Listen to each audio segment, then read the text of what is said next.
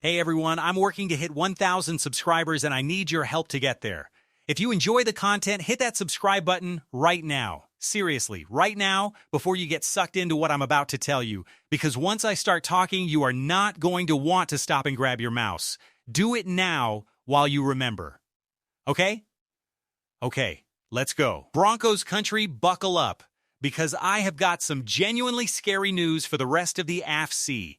Some feel-good injury updates that are going to have you doing a little happy dance in your car, in your kitchen, wherever you're watching this from.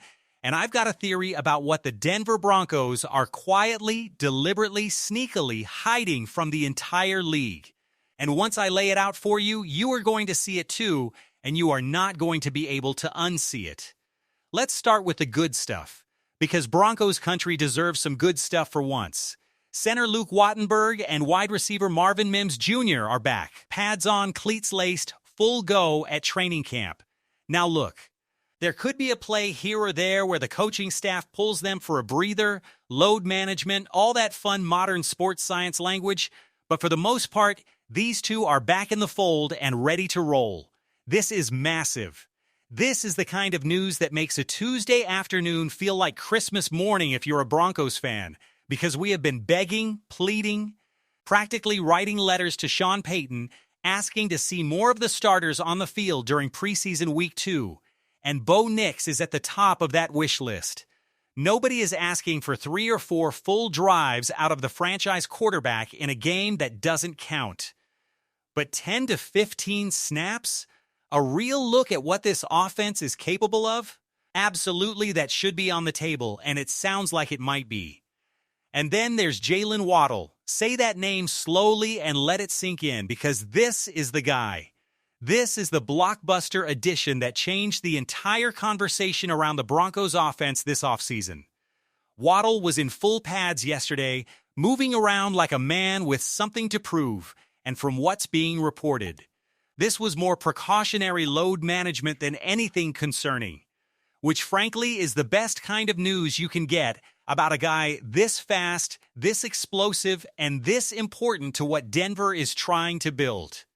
We are out here talking about Waddle's impact on this team, dissecting stats, building hype videos, and the man hasn't even suited up for a real Broncos game yet. That's how much juice this signing has. Broncos SI put it about as well as anybody could. Courtland Sutton showed everybody Friday night that he is rip-roaring and ready to go, but Waddle brings a completely different gear to this offense. A simple slant route from Waddle could turn into a chunk play in the blink of an eye because of his burst and his elite ability to make defenders miss in open space. It is going to be sensational, and I don't use that word lightly. Now let's flip over to the players who were held out of practice, because not every headline today is sunshine and rainbows. Drew Sanders was on the sideline, and my gut says that's load management, though I'm not 100% locked in on that yet. There was another player held out as well, dealing with a situation the team hasn't fully clarified, so I'm not going to guess and get it wrong on you. What I can tell you with total certainty is the genuinely brutal news out of camp. A broken leg that is going to keep one Broncos player sidelined for a significant stretch. That one stings. That one is not load management. That one is real. And my heart goes out to that guy grinding through a rehab process nobody wants to go through. Wide receiver Michael Bandy was also held out today. And then there's a player who underwent a cleanup procedure this offseason who has not been seen on the practice field a single time through this entire camp. If that recovery timeline is stretching out this long, it tells you that surgery was probably more serious than the team initially let on. But here's the thing, and this is where the hiding something angle starts to make a whole lot of sense. Sean Payton is not messing around with player health this year. Not even a little bit. We've already seen cool-down periods built into practice during the preseason, and that's just the visible tip of the iceberg. Look at how many training staff members are traveling with this team right now. Payton himself broke it down in a way that honestly should terrify the rest of the AFC, because it tells you exactly how buttoned up this organization has become. He talked about having 17 people in the training room who weren't even players, every orthopedic surgeon in Denver, every doctor. 15 trainers on top of that. Interns from the equipment staff pitching in during the summer rush. The man said it himself, everybody was covered, and the injury numbers were down because of it. This is a franchise that has figured out the secret sauce of the modern NFL season. You cannot avoid every injury, nobody can. Football is a violent, physical, unforgiving sport. But you can control when those injuries happen. You can make sure your star players, your high-value, franchise-defining pieces are not the ones absorbing unnecessary risk in a meaningless August snap count. This is the preseason. This is exactly the window where a smart organization decides who plays real football and who gets protected. And Denver is protecting its guys like they know something the rest of us don't. Which brings me to what I actually think the Broncos are hiding. It's not an injury. It's not a scheme secret buried in some coordinator's notebook. It's this. We have not seen this offense yet. Not really. We've watched this defense terrorize opposing quarterbacks for going on 3 years now. We know what that side of the ball looks like. We've had a front row seat to it every single Sunday. But the offense? The offense is about to look completely different, completely scarier, and completely unfair, and it all kicks off this Friday when the Broncos host the Green Bay Packers. We will be live right here on this channel for that one, taking on Jordan Love and Green Bay's squad, and if you want to be part of a community of die-hard Broncos fans hyping up this game together, hit that subscribe button and smash that thumbs-up icon, and let's get this hype train rolling before kickoff. Okay, now before I get to the two Broncos who might be the most dangerous wide receiver duo in football, I've got to give a shout-out to the folks who make this channel possible, our partners over at Prize Picks. I play on this app every single day, no exaggeration. And there is something massive coming from Prize Picks around game day that I cannot spill the details on just yet, but trust me on this one, you are going to want to be locked in and ready when it drops. Here's what you do right now while you're thinking about it. Download the Prize Picks app, sign up with code MA, and when you play your first $5 lineup, you get $150 in bonus lineups instantly. That's not a gimmick, that's the deal. All you need is for one of those lineups to hit, and you're cashing in. I'll give you an idea of the kind of lineup I'm running heading into this stretch of the preseason. Bo Nix over on his passing yardage for the season is one I love. Combine that with Jaylen Waddle going over on his receiving yards, and then stack a running back prop on top to round it out. More or less, doesn't matter. Pick your lean and lock it in. Hit those legs and you can multiply your money up to 2,000 times over playing on Prize Picks this football season. So do your boy Uncle Moose a favor, get the app, use code MA. Play that first $5 lineup and grab your $150 in bonus lineups if it cashes. Prize Picks, it is good to be right. All right, now let's get back to it, because we need to talk about these two Broncos wide receivers who together might be the single scariest thing in this entire conference. Courtland Sutton and Jaylen Waddle. Peanut butter and jelly. Two sides of the same devastating coin. And I want to be clear about something first, because I've been loud about my concerns with Courtland Sutton over the last several weeks, and I need to own that. Sutton went out against Atlanta in preseason week 1 and completely silenced me. 3 targets, 3 catches, 60 receiving yards, a 94.3 receiving grade, and one absolutely ridiculous one-handed grab while getting dragged to the turf by a defender. It was a thing of beauty. Either Sutton saw what I said and decided to shut me up personally, or he has no idea who I am and just went out and balled out because that's who he is. Honestly, it's probably the second one. But either way, I was wrong, and I'll say it on camera. If Sutton keeps this up running alongside Waddle all year, I will happily eat crow, plate, and all. Here's why these two are such a nightmare matchup problem for opposing defensive coordinators, and this is where the analytics get genuinely spicy. Look at yards per route run against man coverage.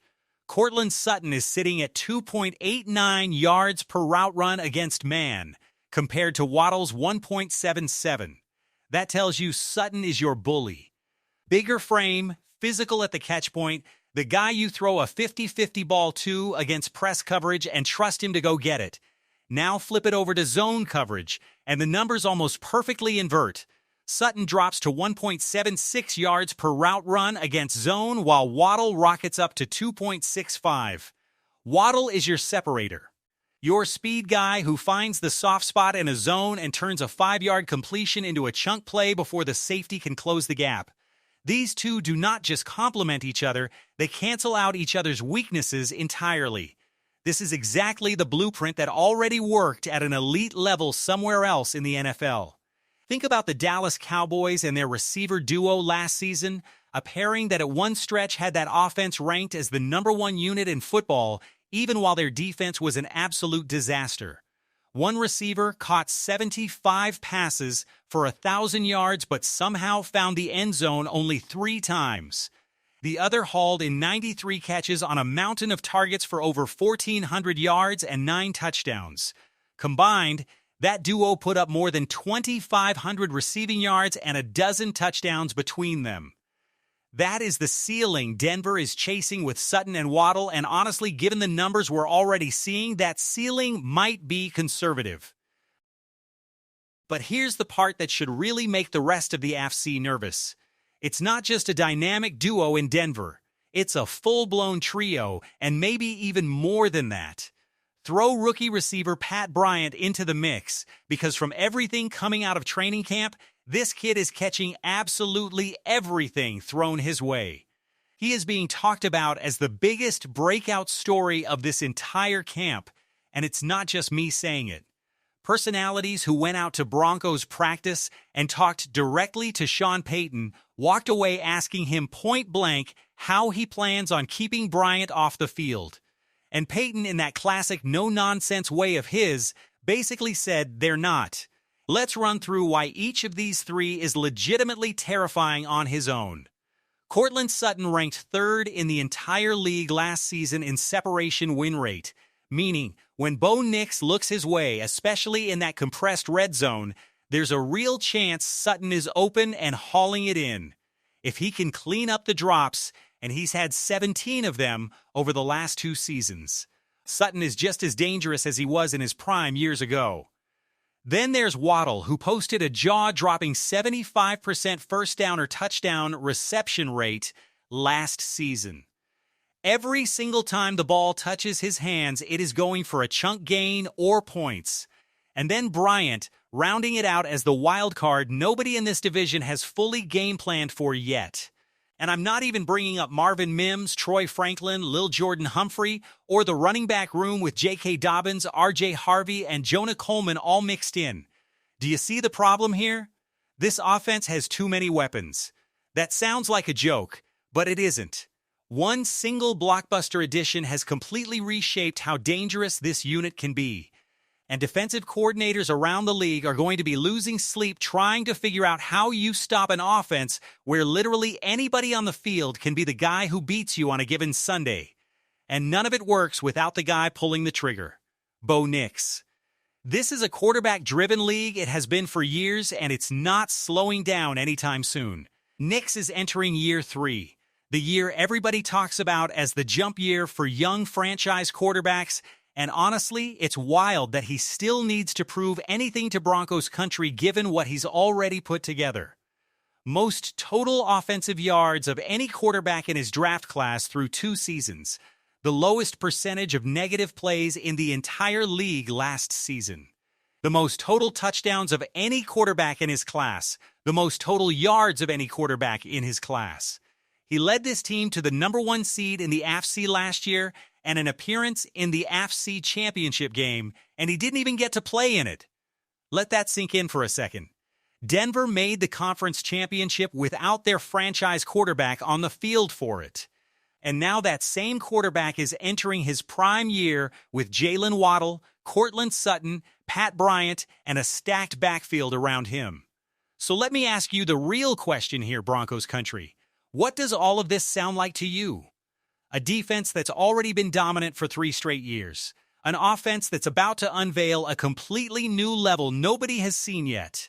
A quarterback entering his jump year with more weapons around him than he knows what to do with.